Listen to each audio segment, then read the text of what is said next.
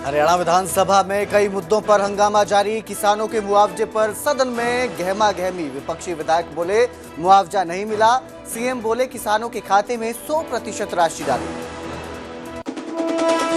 कल से हरियाणा के दौरे पर रहेंगे आरएसएस प्रमुख मोहन भागवत। 2 दिन हरियाणा में स्वयंसेवकों और शिक्षाविदों के साथ करेंगे चर्चा। पूर्व सीएम भूपेंद्र हुड्डा को हाईकोर्ट से बड़ी राहत। एजेएल प्लॉट आवंटन मामले में हुड्डा को क्लीन चिट। हाईकोर्ट ने आपराधिक आरोपों को रद्द कर सीबीआई से पूछे सवाल।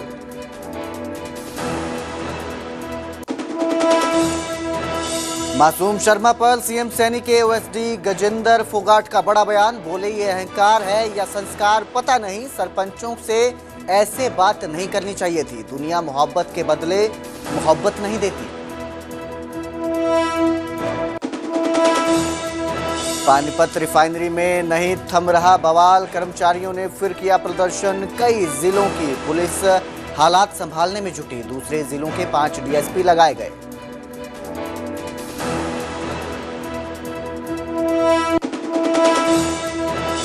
यमुनानगर में मॉल पर फायरिंग करने वाले आरोपी गिरफ्तार। एनकाउंटर के बाद पुलिस ने दबोचा। जहां खड़े होकर गोली चलाई थी वहीं पर रेंगते दिखे आरोपी, मांगी माफी।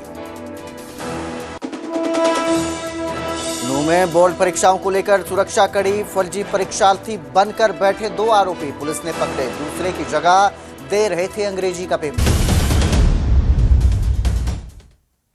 नमस्कार, स्वागत है न्यूज 18 पंजाब हरियाणा में। मैं आपके साथ कुलदीप भारद्वाज। बुलेटिन की शुरुआत करेंगे विधानसभा के सदन के साथ, जिसका आज 5वां दिन है और 5वें दिन की कार्यवाही जारी है। सदन में नौकरियों के मुद्दे पर बड़ा हंगामा देखने को मिला। कांग्रेस ने रिक्त पदों का मुद्दा उठाया, तो वहीं आज कृषि और किसानों को लेकर भी सदन में गहमा गहमी देखने को मिली है। तो 5वें दिन की कार्यवाही जारी है। हरियाणा विधानसभा की ये कार्यवाही चल रही है, जिसमें कांग्रेस ने जो खाली पड़े पद हैं उनको लेकर मुद्दा उठाया और काफी गहमा गहमी सदन के अंदर देखने को मिली। वोट का देश की बात की, वहां पे तो बीजेपी की सरकार भी नहीं थी। सरकार तो वहां पे आम आदमी पार्टी की थी। अपनी थी कमाल करे आप भी बचा लेने जाकर फिर सुप्रीम कोर्ट का आप बचा सकते थे। गलत बात है, बचा सकते थे। ये अच्छा बंद करो जी, यहाँ से ये सब बातें निकालो जी सर। 1 मिनट जी, सिर्फ 1 मिनट निकला ये को बात। हेलो 1 मिनट जी। आदित्य जी, मैं सिर्फ 1 मिनट जी। आदित्य जी आप बोलो। बहुत बहुत धन्यवाद डिप्टी स्पीकर साहब। आज आपने मुझे राज्यपाल जी के अभिभाषण पर समय देने का, आप जिस प्रकार से ये कह रहे हैं कि लंगर पे कोई जीएसटी नहीं है जी, नीतियों के आने वाले समय की दिशा दिखाता है, लेकिन इस बार अभिभाषण की जमीन की सच्चाई कम और केवल बड़ी बड़ी बातें ज्यादा दिखाई दी। जनता जिन असली मुद्दों से जूझ रही है उन पर गंभीरता और स्पष्टता दोनों की कमी रही। हरियाणा किसान प्रदेश है। चौधरी देवीलाल जी ने हमेशा किसान को और हरियाणा को मजबूत करने के लिए काम किया, लेकिन आज किसान कर्जे में दबा हुआ है। फसल के सही दाम नहीं मिल रहे। सरकार 22 फसलों की एमएसपी को लेकर वाहवाही लूटने का काम कर रही है। वे अपने वादे से पीछे हटकर उसी एमएसपी को भावांतर फसल योजना में बदलने पर लगी हुई है।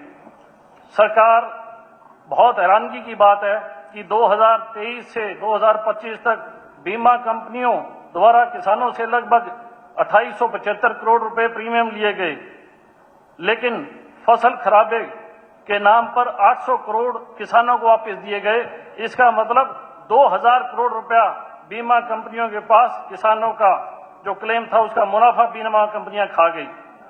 सरकार ने अभिभाषण में लिखा कि 8 अक्टूबर 2025 से 11 फरवरी 2026 के बीच यूरिया की खपत 1,28,331 मैट्रिक टन व डीएपी की 24,168 मैट्रिक टन कम हुई और केंद्र सरकार के 716 करोड़ रुपए की बचत की गई।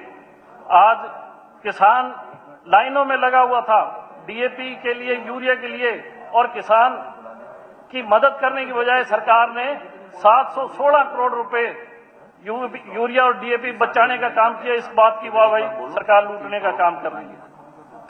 पानीपत के 15 गांवों के किसानों को गन्ने की फसल के पैसे नहीं मिल रहे।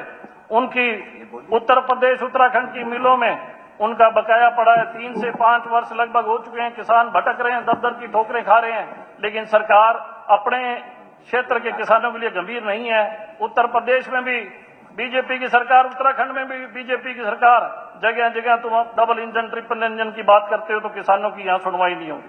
सब्सिडी के नाम पर कृषि क्षेत्र की जो इक्विपमेंट सब्सिडीज हैं, जिसमें किसानों को यंत्र दिए जाते हैं 50% सब्सिडी के नाम पर, लेकिन जो उनके भाव तय किए गए हैं वो 100% है, बल्कि जो इक्विपमेंट्स है वो बाजारी भाव में 50% पे मिलते हैं।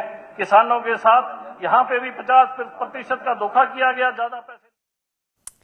तो वहीं विधानसभा में बलराम डांगी ने कृषि और किसानों का मुद्दा भी उठाया था, जिस पर मुख्यमंत्री नायब सिंह सैनी ने जवाब दिया और कहा कि किसानों को पूरा मुआवजा दिया जा रहा है। किसानों के खाते में 100% मुआवजा दिया गया। पहले चौपाल पर बैठकर पटवारी रिपोर्ट बनाते थे, ऐसा मुख्यमंत्री नायब सिंह सैनी ने कहा, लेकिन अब जो है पूरा का पूरा मुआवजा दिया गया है। दरअसल विधानसभा में कृषि और किसानों के मुद्दे को लेकर जो विधायक हैं बलराम डांगी, उन्होंने प्रश्न लगाया था और कहा था कि जिस तरह से चीज़ें हुई हैं, जिस तरह से हालात देखे गए थे, बरसात के दिनों में बारिश ने जो तबाही मचाई थी, कई जगहों पर फसलें जलमग्न हुई थी, उसको लेकर किस तरह से जो व्यवस्था थी और मुआवजे को लेकर सवाल किए थे, उसी पर मुख्यमंत्री नायब सिंह सैनी ने जवाब दिया और बताया कि किसानों को पूरा मुआवजा दिया जा रहा है और किसानों के खाते में 100% मुआवजा दिया गया है। मान्य देखिए, इसके अंदर मैं थोड़ा सा ये कहना चाहता हूँ, क्योंकि प्राकृतिक आपदा के कारण ये पहली ऐसी बलराम जी 2 मिनट मुख्यमंत्री मोदी जी के नेतृत्व वाली सरकार है जिसने 100% खराबे का मुआवजा किसान के खाते में पहुंचाया। एक मिनट बात सुनो, 1 मिनट जी, बात तो सुन लो जी। ये माननीय अध्यक्ष जी, क्योंकि कहीं अगर दिक्कत आई है, मैंने आपको कहा है, क्योंकि पटवारी कांग्रेस के शासन में एक छपाड़ में बैठ जाते, लस्सी का गिलास मंगवा देते और वहीं पर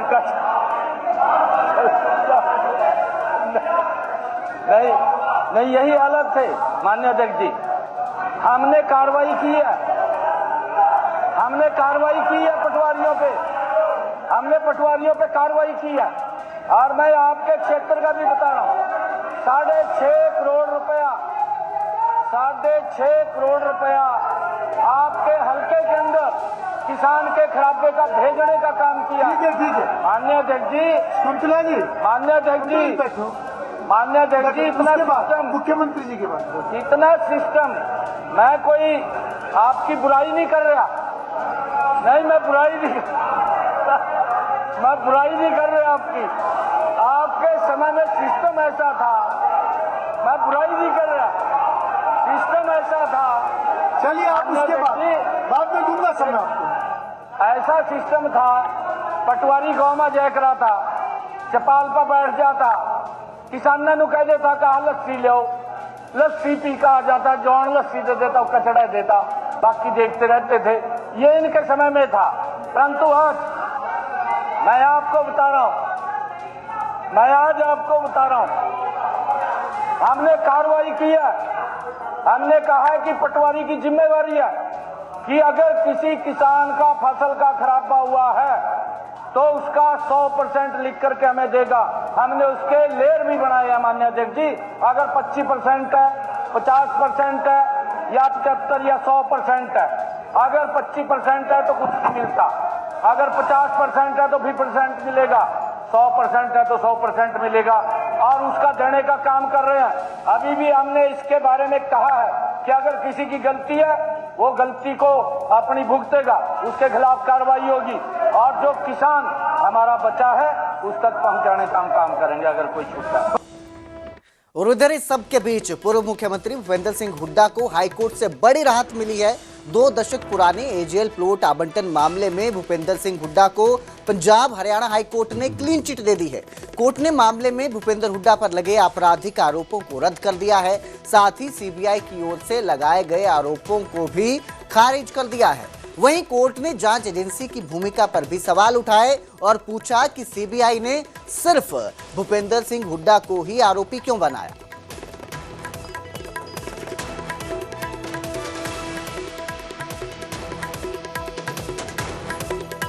बेईमानी। तो भूपेंद्र सिंह हुड्डा को जो है क्लीन चिट दिया गया है और ये जो मामला है 2 दशक पुराना है, करीब 20 साल पुराना ये मामला है, जहां पर ये आरोपी बनाए गए थे एजेएल प्लॉट आवंटन मामले में, जिस पर Punjab and Haryana high court ने अब इन्हें क्लीन चिट दे दिया है। साथ ही सीबीआई की जो भूमिका है, जांच में जो सीबीआई की भूमिका रही है, उस पर भी सवाल उठाए हैं और उन्होंने कहा कि सिर्फ इस पूरे मामले में भूपेंद्र सिंह हुड्डा को ही क्यों जो है वो आरोपी बनाया गया है। ये पूरा मामला क्या है ये भी आपको बताते हैं कि पंचकुला में जो पुनः प्लॉट आवंटन से ये पूरा मामला जुड़ा हुआ है। 2005 में एजेएल को पुनः प्लॉट आवंटित हुए थे और ये साल 1982 में एजेएल को ही आवंटित था। 1982 में तब निर्माण नहीं हो पाया था। उधर पानीपत रिफाइनरी में कर्मचारियों का प्रदर्शन जारी है। आज फिर कर्मचारियों ने जो है वो प्रदर्शन किया। कल बताया जा रहा था कि जो फैक्ट्री के रिफाइनरी के जो कॉन्ट्रैक्टर हैं उनका कर्मचारियों के साथ समझौता हो गया है, सहमति बन गई है, लेकिन आज फिर प्रदर्शन किया जा रहा है। कर्मचारियों ने फिर प्रदर्शन किया। पुलिस ने विरोध को देखते हुए सुरक्षा कड़ी कर दी है। दूसरे जिलों के 5 डीएसपी मोर्चा संभाल रहे हैं। तनावपूर्ण स्थिति देखने को मिल रही है और कई जिलों से भारी पुलिस बल पानीपत पहुंचा हुआ है। तो कल जहां कहा जा रहा था कि सहमति बन चुकी है, रिफाइनरी वालों के जो कॉन्ट्रैक्टर हैं, रिफाइनरी वाले हैं और जो मजदूर हैं, उनके बीच सहमति बन गई है, आज फिर से प्रदर्शन होता नजर आ रहा है। मैं आपको बता दूं कि ये जो पूरा मामला है ये जुड़ा हुआ है कर्मचारियों के ड्यूटी आवर्स को लेकर। दरअसल कर्मचारियों की मांग है कि उन्हें 12 घंटे की ड्यूटी की जगह उनके 8 घंटे की ड्यूटी की जाए। इसके साथ ही 1 महीने में 4 छुट्टियां उन्हें मिलनी चाहिए। साप्ताहिक अवकाश जिन्हें हम कहते हैं, वीक ऑफ जिन्हें कहते हैं, यानी कि 30 दिन में 26 दिन जो है वो वर्किंग होने चाहिए और 4 दिन जो है छुट्टी होनी चाहिए। इसके साथ ही पीने के पानी को लेकर, स्वास्थ्य सुविधाओं को लेकर जो है ये प्रदर्शन कर रहे हैं। इस खबर पर ज्यादा जानकारी के लिए मेरे सहयोगी सुमित हमारे साथ जुड़े हैं। जी सुमित, एक बार फिर से रिफाइनरी पर माहौल तनावपूर्ण होता नजर आ रहा है, एक बार फिर प्रदर्शन कर रहे हैं जो कर्मचारी हैं। सहमति जो बनी थी, कहां बात नहीं बन पाई? देखिए कुलदीप, मैं आपको बता दूं कि यह है जो प्रदर्शन 4 दिन से चला हुआ है। पिछले 4 दिन से माहौल तनावपूर्ण था। कल सहमति बनी थी, 8 इनकी मुख्य मांगे थी, उस पर सहमति बन चुकी थी। पर अब जो माहौल बिगड़ा है, सुबह जो इनकी 2013 की कह रहे हैं कि जो वेतन इन्हें मिलता है वो 2013 से जो लागू किया गया था वही वेतन इनको मिल रहा है। वेतन बढ़ाने को लेकर एक नई मांग खड़ी हो गई है, जिसको लेकर अभी जो है रिफाइनरी प्रशासन हो या पुलिस प्रशासन हो या स्थानीय प्रशासन और श्रमिक और सीटू के बीच में अभी एक मीटिंग जारी है, जिसका भी निष्कर्ष निकलना बाकी है। तो वहाँ क्या सहमति बनी, अब सीखने वाली बात यह होगी। जी, और जिस तरह से पुलिस बल यहाँ पे तैनात किया गया है सुरक्षा को देखते हुए, कितना तनावपूर्ण ये माहौल नजर आ रहा है? देखिए मैं बता दूं, जो P25 प्रोजेक्ट से जहां 23 तारीख से मामला शुरू हुआ था, प्रदर्शन के बाद जो एक हिंसक झड़प हो गई थी, वहीं आज जब मजदूर काम पर लौटे तो अन्य जो एक मजदूरों का जो अंदर संगठन है उनके साथ कुछ मजदूरों की हाथापाई हुई, जिसके बाद से फिर माहौल जो है तनावपूर्ण हो गया और जो भगदड़ उसके बाद ही मची है और सभी मजदूर बाहर निकले और एक नई मांग के साथ अपना धरना प्रदर्शन फिर से शुरू कर दिया। और मैं आपको बता दूं कि जो है शांतिपूर्ण ढंग से इस धरने को फिलहाल ये मजदूर है अपने बनाए बैठे हैं। और बड़ी बात मैं आपको बता दूं कि पुलिस ने बिगड़ती सिचुएशन को देखते हुए अन्य जिलों की भी पुलिस यहाँ बुलाई गई है। जी बिल्कुल, बहुत बहुत शुक्रिया इस तमाम जानकारी के लिए सुमित। तो फिलहाल जो है माहौल तनावपूर्ण बना हुआ है, किसी तरह का हादसा ना हो, किसी तरह से भी जो है माहौल और ना बिगड़े, इसको देखते हुए अन्य जिलों से भी पुलिस बल वहाँ बुलाया गया है और कर्मचारियों की साफ मांगे हैं, साफ पानी, स्वास्थ्य की मांगे हैं। सहमति क्या बनती है, अब ये देखना है कितनी मांगे कर्मचारियों की मानी जाती है। जिक्र करेंगे मासूम शर्मा का, जिनका पूर्व सरपंच के साथ हुआ विवाद लगातार तूल पकड़ता जा रहा है और अब ये मामला जो है आगे ही बढ़ता जा रहा है। आज जींद में महापंचायत है, वहीं महापंचायत से पहले इस पूरे विवाद पर मासूम शर्मा और पूर्व सरपंच राजेंद्र शर्मा भी अपना पक्ष रख चुके हैं। पूर्व सरपंच राजेंद्र शर्मा ने मासूम शर्मा से माफी मांगने को कहा और उधर मासूम शर्मा अपने कहे शब्दों पर तो माफी मांग गए, लेकिन पूर्व सरपंच के साथ की बदसलूकी पर उनका स्टैंड बरकरार रहा। हमारे सरपंच प्रतिनिधि हैं या सरपंच हैं, जिला परिषद है, MLA हैं और मंत्री हैं, तकरीबन हजारों फोन आ लिए।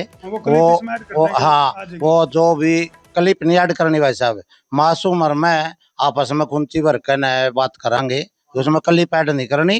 क्लिप ऐड आड़ा तो फिर वो लिपा पोती ना अपन करनी, आप दिल से समझौता करांगे। जिस टाइम मैंने उसको स्टेज से उतारा नहीं, मैंने उसको बोला था माँ नीचे उतर जा, और वो अकेला नहीं था, उसके साथ 20 लोग, कम से कम 20-25 लोग थे। और उन लोगों की भीड़ में जो है, मैंने, आप पूरी वीडियो देखना क्योंकि लोग जज कर दें छोटी छोटी क्लिप ने सुन के। पूरी वीडियो आप देखोगे तो उसमें मैंने ये कह रखा है कि मेरे को मेरे साजिंदे नहीं दिख रहे। तो उस बात से अगर किसी भी जनप्रतिनिधि ने, किसी भी सरपंच ने, किसी भी भाई ने बुरा लगा तो मैं अपने शब्द वापस लेता हूँ। लेकिन मन ने जो बोला है वो एक तरीके से तकिया कलाम जैसे यूज होता है, उस तरीके से यूज किया गया था। दूसरी बात जो मंत्री MLA वाली बात जो मैंने कही थी, उस पर मैं फिलहाल भी अडिग हूं, क्योंकि स्टेज जो है कलाकार की होती है। और आप जिक्र करेंगे यमुनानगर में मॉल पर फायरिंग मामले का, जिस पर पुलिस ने कार्रवाई की और फायरिंग करने वाले आरोपी को गिरफ्तार किया है। पुलिस ने एनकाउंटर के बाद आरोपियों को पकड़ा है। एनकाउंटर में तीनों आरोपियों के पैर में गोली लगी है। आरोपियों की पट्टी करवाकर पुलिस मौके से ले गई। जहां खड़े होकर फायरिंग की थी, वहीं पर जो आरोपी हैं वो रेंगते नजर आए। तो ये आरोपी हैं यमुनानगर में मॉल के बाहर जो फायरिंग हुई थी, पुलिस का एक्शन नजर आया। उन्हें पुलिस एनकाउंटर में तीनों के पैरों में गोली लगती है और जिसके बाद पुलिस उन्हें पट्टी करवाकर अस्पताल से वहीं लेकर पहुंची जहां पर उन्होंने इस वारदात को अंजाम दिया था और वहीं पर वो जो आरोपी हैं रेंगते नजर आए। तो एक तरह से पुलिस जो है ये संदेश देने की कोशिश करती है कि जिस तरह से कार्रवाई कर रहे हैं, लोगों में ये डर बैठा रहे हैं, लोगों के बीच से ये दहशत कम करने की एक कोशिश की जाती है कि आरोपियों के साथ क्या किया जाता है, किस तरह का जो है लगता है उन्हें, जो खौफ फैलाकर गए हैं। लेकिन कई जो है सवाल भी इस पर खड़े होते नजर आते हैं। यमुनानगर पुलिस का ये एक्शन नजर आया है, जहां पर फायरिंग हुई थी वहीं पर आरोपियों को पाँव में पट्टी बांधकर लाया गया और वहीं पर बिठाया गया। इससे जो है आसपास के लोगों में जो दहशत फैली होती है उससे भी थोड़ी राहत मिलने की बात होती है और वहीं पुलिस पर भी भरोसा बढ़ता नजर आता है। बता दे क्यों लेके बता। फायरिंग गलती हो गई जी। किस चीज़ की गलती हुई है? वो फायरिंग करी थी जी। किस पे की थी? मॉल पे, सिटी मॉल पे जी। किस लिए? ये जी लड़के ने कर के दो जी, मैं बाइक चला रहा था जी। कोई की थी? क्या किस लिए लेके आए? क्या किया था आपने? फायरिंग की थी। किस पर फायरिंग की थी? सिटी मॉल पे। किस लिए? बस पछतावा हो रहा है। बहकावे में आके की थी। आप ऐसा करते क्यों हो? बहकावे में आगे थे। किसके? तो ये लोग हमने प्रोडक्शन वार्ड पे गिरफ्तार किए हैं, जो कि हमारा प्रोसीजर है। उसके तहत आज हम इनकी निशानदेही पे, जो उन्होंने जगह शिनाख्त करनी होती है जहाँ पे इन्होंने वारदात की थी, आज उसके लिए लेके आए थे और आज हमने निशानदेही करवाई। कुछ बताया कि इनका मकसद क्या था यहाँ फायरिंग करने? आपको बताइए, ये एक्सटॉर्शन कॉल के लिए या धमकाने के लिए लोग इस तरह का बहकावे में आके, पैसों के लालच में, जो बाहर बैठे विदेशी गैंगस्टर्स हैं उनके लालच में आके ऐसा काम कर रहे हैं। मेरे सहयोगी परवेज इस खबर पर ज्यादा जानकारी के साथ हमारे साथ जुड़े हैं। परवेज, ये जो मामला है, पुलिस इन्हें एक बार फिर वहीं लेकर पहुंची है जख्मी हालत में पट्टी बंधवाकर, जहां पर इस वारदात को अंजाम दिया गया था। इसके बाद जो आसपास के लोग हैं उनमें किस तरह का रिएक्शन देखने को मिला? बिल्कुल कुलदीप, मैं बताना चाहूंगा कि 7 फरवरी की रात की यह घटना है। पहले यह एक प्राइवेट हॉस्पिटल में फायरिंग करता है, उससे महज 1 किलोमीटर दूर जाकर यमुनानगर के सबसे बड़े सिटी मॉल पर फायरिंग कर फरार हो जाता है। लेकिन कल सुबह जो है पुलिस इनको गिरफ्तार कर लेती है और उनके जो टांगे पर जो है गोली भी लगती है एनकाउंटर में और ये घायल हो जाते हैं। अब पुलिस ने जो है ये है पहला मामला नहीं है जब पुलिस जो है ऑपरेशन लंगड़ा के तहत जो है कार्रवाई कर रही है। इससे पहले जैसे ही बदमाशों ने फायरिंग किया, पुलिस उनको पकड़ती है और घटनास्थल पर लेकर जाती है। और इस बार विजयनगर सिटी पुलिस ने जो है इन बदमाशों को सिटी मॉल के सामने लेकर गई है और वह लंगड़ाते हुए, रेंगते हुए आगे बढ़ते हैं और वह अपने बयान में साफ स्पष्ट शब्दों में कह रहे हैं कि हम बहकावे में आ गए हैं और बहकावे की वजह से हमने यह कृत्य किया है। पुलिस का मकसद साफ है कि पुलिस जो है एक लोगों के मन में एक साफ छवि जो है पुलिस की वो बनाना चाहती है और दूसरे लोगों के मन से यह भय दूर हो जाए कि इस तरह के जो बदमाश होते हैं वह जो है पुलिस उनको पूरी सुरक्षा मुहैया कराएगी, और जो युवा जो है जो गलत दिशा में चले जाते हैं उनसे कम ये युवा सीख लेकर गलत दिशा में ना जाए, और जो बाहर बैठे गैंगस्टर हैं उनसे जो है उनके बहकावे में ना आकर इस तरह के गलत काम ना करें। परवेज, कोई जानकारी सामने आई है कि किसके कहने पर इन्होंने इस वारदात को अंजाम दिया था? फिलहाल मोटे तौर पर जो है जो नाम सामने आता है वह लॉरेंस बिश्नोई का आता है, और काला राणा गैंग जो है, काला राणा जो यमुनानगर से ताल्लुक रखता है, उसका जो छोटा भाई है नोनी राणा, उसी के इर्द गिर्द जो है यह बदमाश यमुनानगर में फायरिंग की घटनाओं को अंजाम देते हैं। और बीते जो है 2 से 3 साल में जो है यमुनानगर में फायरिंग की घटनाओं में लगातार इजाफा हुआ है। जो फिरौती मांगी जाती है उसमें लगातार इजाफा हो रहा है, और जो भी नाम निकल कर सामने आता है उसमें सरसरी तौर पर जो है काला राणा और नोनी राणा का नाम सामने आता है। फिलहाल पुलिस वहां तक तो अभी इस केस की जो इन्वेस्टिगेशन वहां तक नहीं पहुंची है, लेकिन इनके जरिए जो पूछताछ में सामने आता है बिल्कुल तो फिलहाल पूछताछ पे आगे क्या सामने आता है उसके आधार पर पुलिस आगे की कार्रवाई करने की बात कर रही है। बहुत बहुत शुक्रिया इस तमाम जानकारी के लिए परवेज। उधर नूह में फर्जी परीक्षार्थी पकड़े गए हैं। असली छात्रों की जगह बैठकर ये परीक्षा दे रहे थे। 12वीं के अंग्रेजी के पेपर में किसी और की जगह बैठे थे, और चेकिंग के दौरान जब पता चला कि ये वो नहीं है जो परीक्षार्थी है, उनकी जगह कोई और बैठा है, इन्हें काबू किया गया। तो इस तरह का ये मामला सामने आया नूह में, जहां बोर्ड की परीक्षाएं चल रही हैं आजकल, और बोर्ड की परीक्षाएं वैसे भी अहम मानी जाती हैं। इनके बाद जो है बच्चा डिसाइड करता है कि आगे उसे किस फील्ड में जाना है, कौन सा करियर उसके लिए सही रहेगा। 10वीं और 12वीं की कक्षा है, ये कौन सा वो सब्जेक्ट रखेंगे। और इस तरह का फर्जीवाड़ा जब होता है तो बहुत सारे जो है खामियां भी देखने को मिलती है सिस्टम में भी, और बहुत सारी चीज़ें भी सामने आती हैं। और बोर्ड की परीक्षा में जब कोई दूसरा आपकी परीक्षा देता है और आप पास करके अगली क्लास में जाते हैं तो सीधी सी जाहिर सी बात है कि आपको भी बहुत सारी मुश्किलों का सामना करना पड़ेगा। और ये 2 आरोपी पकड़े गए हैं जो असली छात्रों की जगह परीक्षा दे रहे थे, अंग्रेजी का एग्जाम जो है देने बैठे हुए थे आरोपी।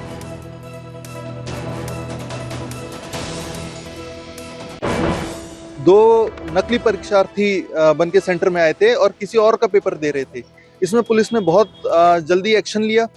उनके खिलाफ एफआईआर रजिस्टर हुई है सदर थाने में, और इसमें हमने 4 लोगों को अरेस्ट किया एक ही दिन के अंदर। शाम दोपहर में वो पकड़ेगा और शाम तक हमने 4 अरेस्टिंग की है। 2 तो वो छात्र हो गए जो पेपर देने आए थे, एक फैजल है, एक सहबाज है। इसके अलावा पता चला कि जो एडमिट कार्ड वो लेके आए थे जिसमें QR कोड एडिटिंग ये सब की गई थी, वो एक CSC सेंटर वाले ने की थी। हमने तुरंत कार्रवाई करते हुए उस CSC सेंटर वाले को भी अरेस्ट किया है जिसका नाम जुनैद था, और इसके अलावा जिसका पेपर देने आए थे समीर, उसको भी अरेस्ट किया गया है। साइबर सिटी गुरुग्राम में स्टंटबाज लोगों के लिए एक बड़ी मुसीबत बनते जा रहे हैं। एक बार फिर से इन स्टंटबाजों का वीडियो सामने आया है। एम्बियंस मॉल के सामने बाइक से कई बाइक सवारों ने खतरनाक स्टंट किए। तेजी से सड़क पर ये स्टंटबाज बाइक को दौड़ाते रहे, जिससे लोगों को भारी परेशानी का सामना करना पड़ा, ताकि लोग स्टंट कर सके।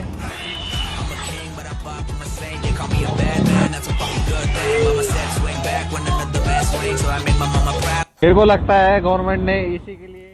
तो उधर फरीदाबाद में सड़क हादसे की खौफनाक तस्वीर सामने आई। यहां बीच सड़क पर एक इनोवा कार चालक ने बाइक पर जा रहे 2 लोगों को जोरदार टक्कर मार दी।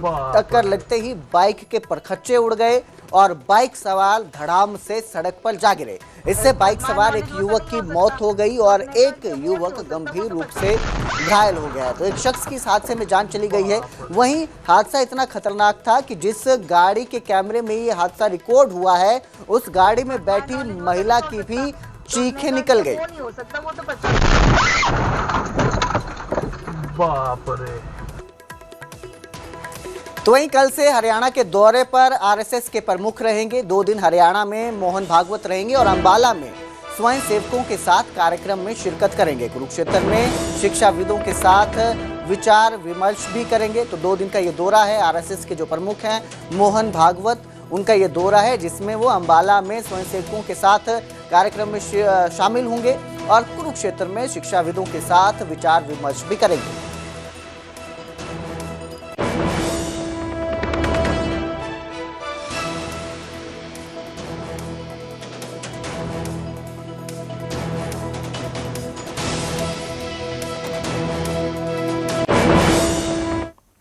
फिलहाल वक्त है एक छोटे से ब्रेक का। आप बने रहिए न्यूज़ 18 पंजाब हरियाणा के साथ।